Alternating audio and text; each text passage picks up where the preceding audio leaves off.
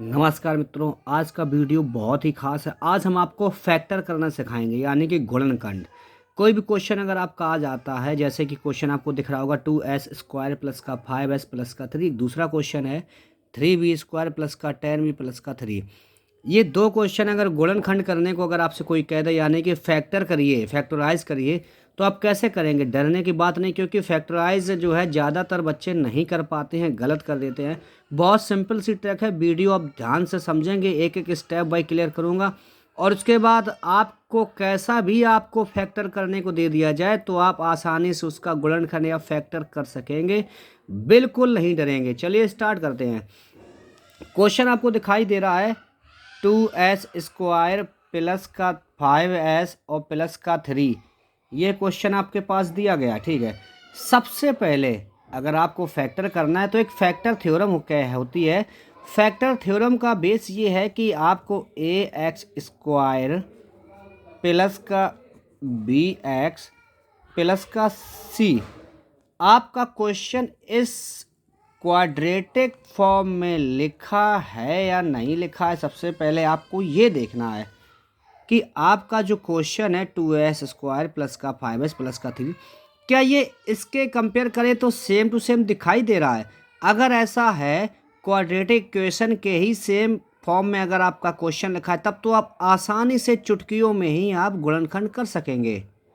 अगर इसी फॉर्म में क्वेश्चन लिखा है, सेकंड क्वेश्चन भी देखो इसी फॉर्म का है, तो जब क्वेश्चन आपका क्वाड्रेटिक फॉर्म का लिखा हुआ है तो उसको कैसे करेंगे समझिए। सबसे पहला सिस्टम ध्यान रखना कि ए का सी से करते हैं मल्टीप्लाई। याद रखिएगा कि पहला स्टेप आपका क्या है, फर्स्ट स्टेप। सबसे पहले आपका क्या करना है, ए का सी से मल्टीप्लाई, ए मल्टीप्लाई सी। पहला स्टेप आपको ए का सी से मल्टीप्लाई कर देना है। तो यानी कि आपका यहाँ पे A2 है, यहाँ पे C आपका 3 है, ओके।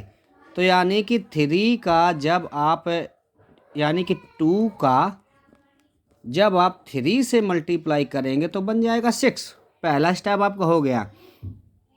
दूसरा स्टेप क्या कहता है, दूसरा स्टेप आपका ये है कि आपने जो ए और सी का मल्टीप्लाई किया, यानी कि ए आपका ये है क्योंकि इसी फॉर्म में तो है, तो ax² है प्लस का bx प्लस का c फॉर्म में है, तो ए का जब सी से मल्टीप्लाई किया तो आ गया 6।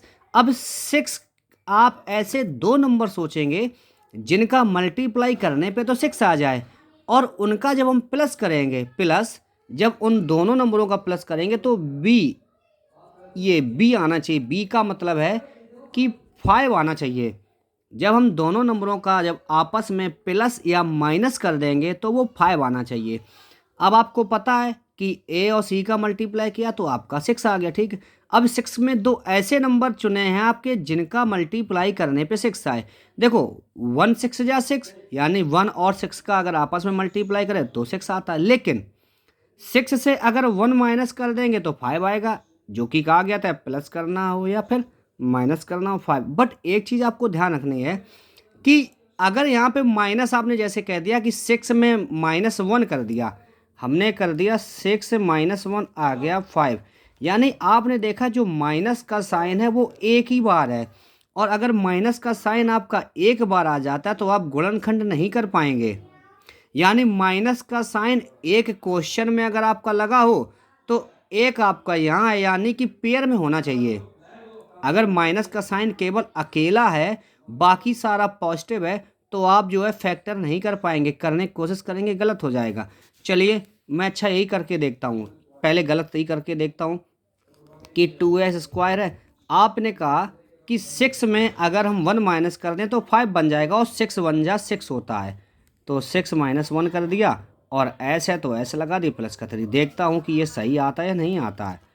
2s² 2s ही रहेगा, प्लस का 6 1 से चला गया तो ये हो जाएगा कितना, 5 है आपका आ जाएगा, यानी कि ये आपका हो जाएगा, मल्टीप्लाई कर देंगे 6x और माइनस का s प्लस का 3, क्योंकि ब्रैकेट के बाहर मल्टीप्लाई है तो आप ब्रैकेट के बाहर मल्टीप्लाई कर देंगे। तो s का 6 से किया 6x, s का 1 से किया माइनस का x। अब आप पेयरिंग करके कॉमन ले लेंगे, कॉमन लेंगे, यानी 2 और 6 में से कोई कॉमन है, हाँ 2 है, क्योंकि 2 3 जा 6 होता, 2 1 जा 2 होता, s भी दोनों में, तो 2s को आपने निकाल लिया बाहर। अब अंदर बचेगा केवल एक बार s, और यहाँ पे बचेगा प्लस का 3। ओके, अब आप क्या करेंगे, अब यहाँ पे आपने कोई भी ऐसे यहाँ पे कुछ भी आपका कॉमन नहीं है, तो आपने सपोज माइनस का 1 कॉमन ले लिया, तो आपका यहाँ एस जो माइनस वाला है वो प्लस में हो जाएगा, प्लस वाला माइनस।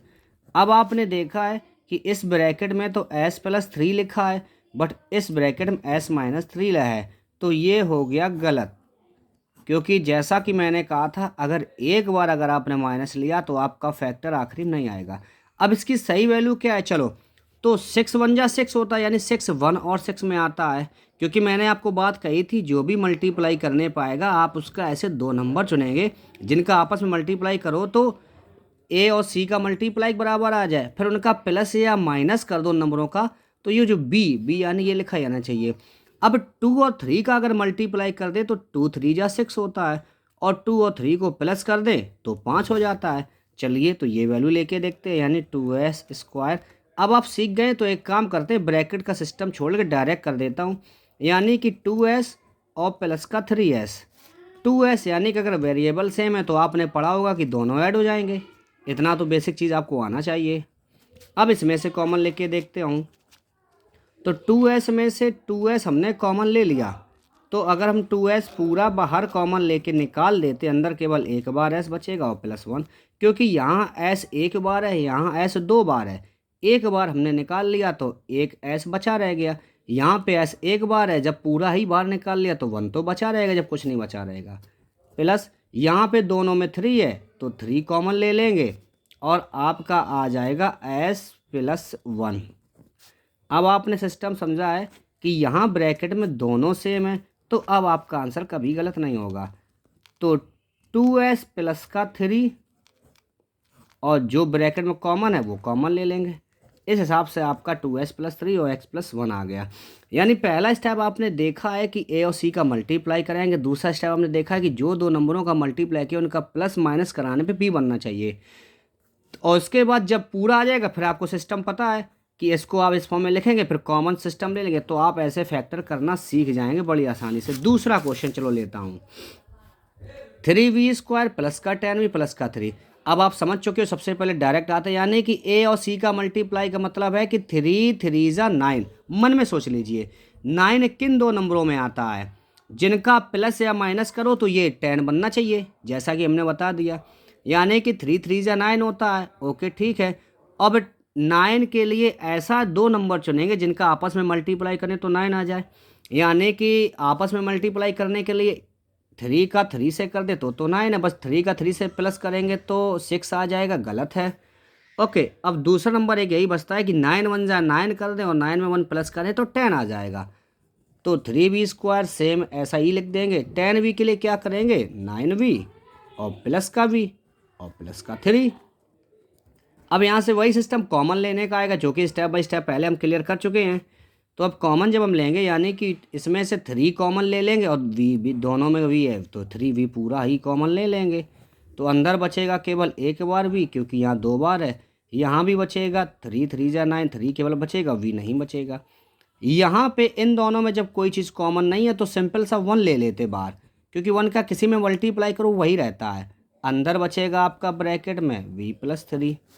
अब ब्रैकेट दोनों सेम है, कॉमन ले लेंगे तो v + 3 आ जाएगा बाहर।